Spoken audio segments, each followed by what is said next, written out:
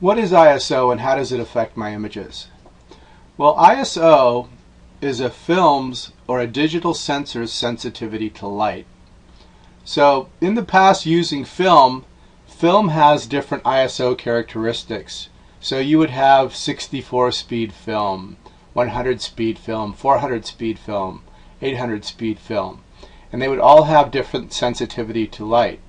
The lower the number, the more light would be needed to properly expose the film. Now, a digital camera sensor works kind of the same way. The advantage with the digital sensor is that we can set the ISO setting. So we can set it to behave like and act like a lower speed film ISO, which would give us lots of nice tight grain. Whereas the higher settings are going to give us more grain, but they use less light.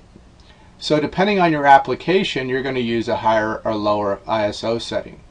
Most of the time, for most applications, a low ISO setting is appropriate and is going to give you the most aesthetically pleasing images.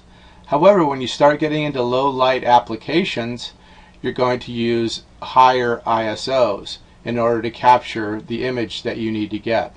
Low ISO settings produce high image quality, smooth grain, but they need more light. High ISO settings produce reduced image quality, coarse grain, and digital noise, but they need less light. So what you're going to use is depending on what you want to produce in your images. So let's look at some examples. And we're going to start out with looking at some low ISO settings. So these settings were probably between 100 and 200 ISO and how they work.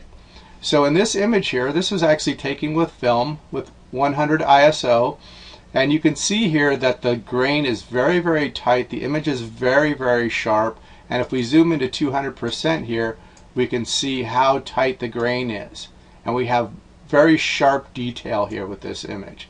So this is what I wanted to capture with this image, and in order to do that, a low ISO is appropriate. Now here is a digital image, and again we can see this was taken with a low ISO. This was 200 ISO, and we have really tight grain, really sharp image. If we zoom here at 200%, again we can see not much grain at all. Everything's very, very sharp, very, very tight. Again, low ISO setting. However, I needed to use a flash with this in order to get this because of the low ISO setting. Requires a lot of light. Another example of black and white using a low ISO setting. This was shot at 100 ISO, and this was shot without a flash, natural light, but this was shot at night with a big light shining on the subject here. But again, you can see very, very sharp grain. If I zoom in here, no blocky grain, very, very sharp, tight, high quality image here. Another example here, you can see how sharp this is. This sharp up here, no real grain here that's happening here. Okay, another one here, sharp image, but again a flash was used to be able to obtain this. So low ISO settings, but had to use a flash, and you can see how dark the background is here. The flash really lit up the main subject. Now this next image here was shot with a higher ISO setting. So this was shot at 800 ISO. And part of the reason was to get the action, to get the movement at a lower light, and also to give it kind of a little softer feel, a little grainier feel.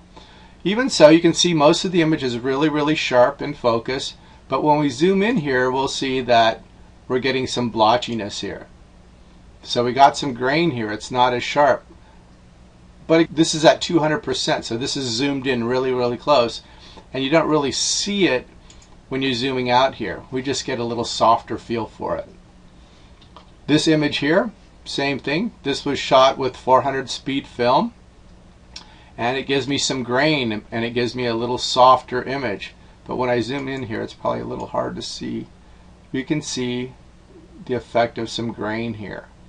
Okay, we can see some grainy area here a little blockier kind of grain here that we get with digital. Even though this was shot with film, it was scanned, so we get that kind of appearance here. Another image here shot at 400 ISO.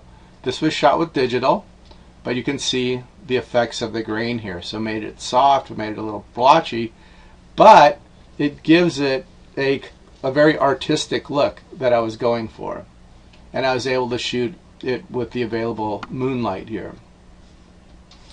Another image at high ISO, you can visibly see the grain here in the image, but it provides an artistic look.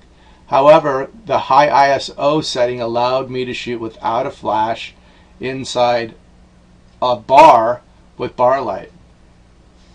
Now these next images here are super high grain, super high ISO. So these were shot at 1600 to 3200 ISO. And you can see here from the digital camera what started happening here is we get what's called color noise. In addition to luminance noise, which is the blotchy, grainy stuff that you see, we start getting color noise. And color noise is this Christmas tree stuff. So you can see here this red and green Christmas tree noise here. But I really liked the feel that I got from this. And it allowed me to shoot the way I wanted it, but it looks almost painting-like. And so here's some more examples of this from Venice. And this is black and white. Not without the color noise because it's black and white, but it's really blocky.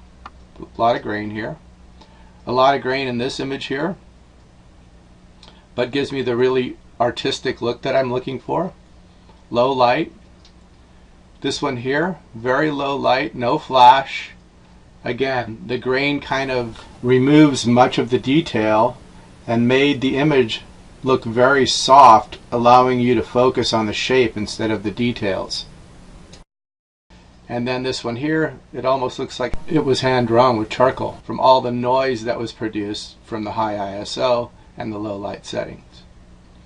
So that's ISO, and if your camera allows you to do it, I would try playing with some of the settings, reduce the ISO, try shooting a lot of images with high ISO, and then crank your ISO up to 1600, 3200, and shoot in some low light situations and see what you get from there.